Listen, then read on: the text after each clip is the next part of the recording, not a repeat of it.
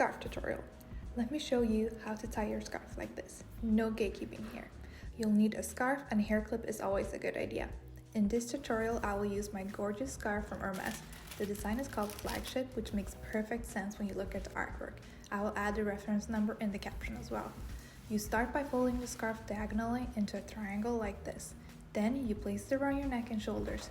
Keep 1/3 of the scarf on one side and 2/3 on the other. Fold the shorter piece on top of the longer piece and carefully, while holding on tight to it, grab the longer piece and fold it over and back around your neck and prepare for it to be connected with the shorter piece you're holding. Tie the two ends together and make sure the longer piece is facing outwards. And then you create an inward circle with the longer piece, like this, to create an extra chic knot. The shorter piece through, and voila, you got a fabulous, chic, stylish, elegant knot on a beautiful Hermès scarf. You make some final adjustments and tweaks. I hope you found this tutorial useful, and tag me if you give it a try.